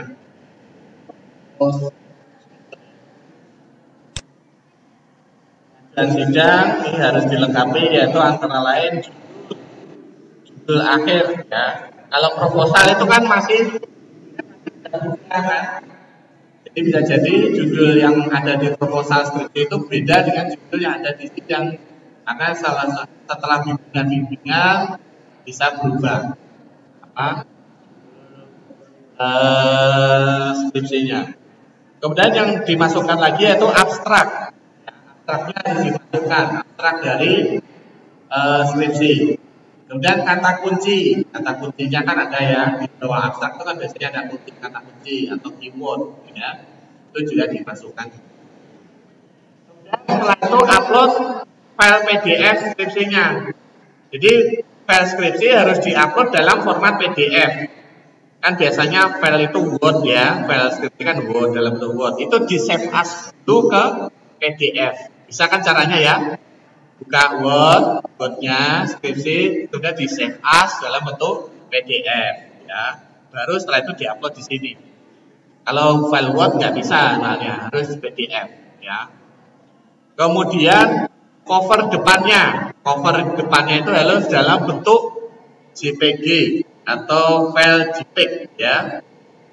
Ya, jadi cover depan itu di screenshot aja. Kalau di komputer ada namanya print screen ya, kemudian diupload ya, atau di foto aja pakai foto ya, di foto gitu, kemudian filenya nanti diupload bisa juga ya. Pokoknya covernya aja ya di depan itu ya. Oke, kemudian selanjutnya yaitu setelah skripsi selesai, sidang selesai dan sudah dapat nilai, baru pengajuan wisuda. Wisuda pengajuannya dari sini ya, pengajuan wisuda. Nah, setelah mahasiswa memenuhi syarat-syarat tertentu, misalnya wisuda harus IPK harus sekian, nah, tidak ada nilai B, tidak ada yang nunggak, tidak ada buku perpustakaan yang belum dikembalikan, nah, itu bisa wisuda. Jadi nanti setelah kita daftar wisuda, bagian perpustakaan itu bisa ngecek, ini belum kembalikan nih, belum saya setujui wisudanya, bisa jadi seperti itu. Maka sebelum daftar, pada saat daftar wisuda, pastikan bahwa kita tidak ada tunggakan sudah tidak ada lagi. Ya, kemudian perpustakaan semua sudah kita kembalikan, ya. Kemudian kita tidak ada nilai yang masih ngulang ya, nilai D itu atau E lagi E ya. Nah itu kalau sudah dipastikan semua sudah sesuai, baru kita bisa daftar wisuda ya. Nah, saat daftar wisuda, jika belum syarat tadi itu belum ditentukan, ya bisa daftar wisuda, tapi statusnya belum disetujui ya. Jadi nanti tidak bisa mendapatkan nomor kursi. Jadi nomor kursi atau nomor registrasi sudah itu bisa didapat setelah tadi syarat-syarat sudah terpenuhi. Oke, lanjut ya, informasi pembayaran mahasiswa ya. Jadi di sini mahasiswa itu pembayaran kan sudah menggunakan e-kampus. Artinya mahasiswa setelah bayar, data itu langsung masuk ke dalam e-kampus ya. Nah, gimana cara melihat pembayaran tersebut yang sudah masuk? Menunya ada di bawahnya lagi, yaitu informasi pembayaran mahasiswa. Kita di sini akan bisa ngecek atau melihat tagihan saya berapa, ya. Mungkin sudah ada tagihan, ya. Tagihan saya berapa, yang sudah saya bayar berapa. Semester 1 saya sudah bayar apa belum, semester 2 sudah bayar apa belum. Nah, itu semua ada di informasi pembayaran. Ya. Nah, nanti kalau sudah istilahnya host to host ya, host to host dengan bank, mahasiswa itu bayarnya nggak perlu manual lagi, tapi seperti membeli tiket pesawat. Pernah kan ya, membeli tiket pesawat secara online, pernah nggak? Misalnya lewat Traveloka, pernah nggak? Nah, seperti itu cara bayar SPP itu juga ya nantinya kalau sudah host to host ya. Jadi mahasiswa itu dapat nomor pembayaran ya, dapat nomor pembayaran, tinggal memasukkan nomor pembayaran itu di ATM atau teller ya. Dan fasilitas perbankan lainnya, misalnya mobile banking, SMS banking dan seterusnya ya. Nah, setelah mahasiswa itu membayar lewat online, data langsung masuk ke e-kampus ya. Kalau sekarang kan belum ya, masih manual ya pembayarannya. Tapi meskipun manual pembayarannya, tetap data sudah masuk ke dalam e-kampus. Syaratnya kalau belum membayar kan belum jangan beres. Itu. Nah, ini kalau mau klik mau pembayaran di kita ya, diklik tombol cetak. Di atas ini ada tombol cetak. Kalau klik muncul seperti ini, ya, muncul struk pembayaran, yang bisa kita cetak. Ya. Oke, sampai sini ada pertanyaan? Ada lagi pertanyaan?